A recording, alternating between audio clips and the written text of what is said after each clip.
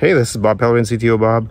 I'm back with the 2008 Honda Civic. This is the hybrid edition, and I brought it back because I got a lot of questions.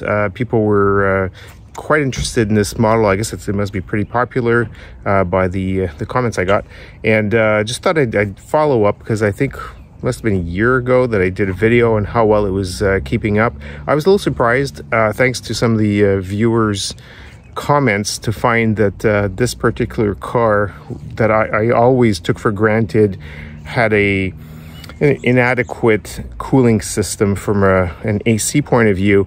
Some people were reporting that theirs were fine, so that means that when it was still under warranty and I brought it back to the garage and complained about it, they pretty much, I'm guessing, brushed me off because I was saying it's cool but it's not cold. I mean, compared to all the other vehicles I've ever had before and since, it was not on par whatsoever. Some people are telling me they're living in Texas and Florida and they're doing fine. So I'm assuming that's something I should have gone to a different dealership and had handled, but I did not. So the car has actually been sitting around not doing much for a while. It's had some minor scrapes, and I'll show you in a minute. One of the things is the main battery was basically left too long and drained itself, and the small 12-volt battery continually has to be plugged in because it's not being used. So we did change it last year, so I'm assuming at this point that is the main battery that I find out acts as an alternator, if I can put it that way. It basically recharges the 12-volt battery. So unlike a traditional car, you've got an alternator that recharges the small battery in front to start the engine. This one actually does not have that component. It's using the main battery, the hybrid battery, to do that job. So first things first, the car itself, as I mentioned, went through a bit of had a flat, for example, where it was stored, so I had to pump in some air. So what I'm doing right now is I'm going through all the tires and I'm making sure that I'm putting them at least to the same level. I had one with 22 pounds, I had one with 33 pounds, so it's all over the place, and I just realized this now. So I've borrowed the car from the owner for a few days, and even though it's not my car and this is not what I do for a living, I thought it'd be fun to, or I'm helping out basically is why I'm doing this. So I thought I'd share this with you since I had so much interest. So let's go ahead and take a look at the last tire that I saved just for this video and see what it looks like. And we'll go ahead and repressurize it the same as the rest. Okay, so first thing is, let's see if I can get, there we go, we can see the whole wheel.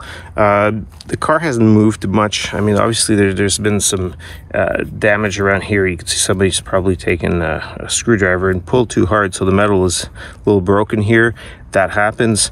So I'm gonna go ahead and just plug in. So what I use is basically this pump here that's connected back to the 12 volt in the car. So I'm gonna go ahead and just plug this in, and let's see what it says. So, okay, so it says 31.2. Like I said, one of them was 22, one of them was at 20. It's all over the place. What I'm doing is I'm putting it a little higher than what's recommended. It's recommended at 33 on the door. And I'll show you that in a moment if you want. And so what I'm doing is I'm basically putting 36 on there, which will bring it up to 35. I figured since it's probably going to sit there for a while, I'm just going to go ahead and do that.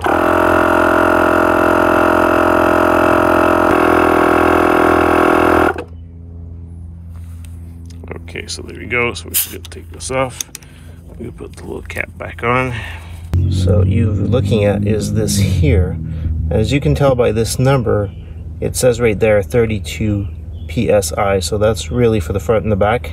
So taking another quick look, I mean, this is, it's still pretty much the way it was since last year. It was driven, oh boy, probably a couple hundred miles.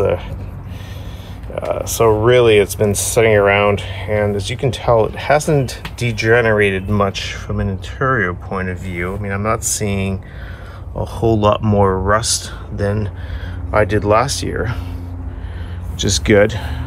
As I mentioned, the IMA battery really took a beating from not being used. So if you have one of these, I'd recommend try to use it every week, every second week or so. What we're finding on the inside, let's see if I can pull it in here, is you can start seeing some traces of rust in here. See how it's actually flaking off right there. I don't know if you're able to see that right there, but it's flaking off. So what I'm going to do is put basically an anti-rust on here, and let me show you what I found and what I'm going to be using. Okay, so let me show you the back here. There's a lot of rust that happened here. So what I've done is I've gone ahead and I've sanded this a little bit just to try to get some of it off. And what I'm going to use is this product here, which is CRC. It's a heavy duty corrosion inhibitor, and I've tried quite a few of them. I know in Canada they have one called Rust Check, which seems to work pretty well, but it does stay very liquidy and well, it's like a gel really, and it stays gel-like.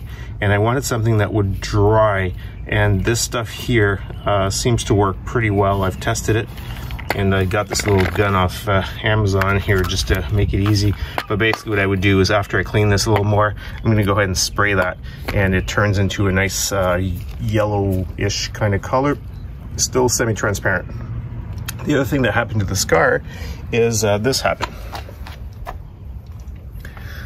So as you can tell here, basically the owner backed up into the wall basically in the garage, and so it just broke off.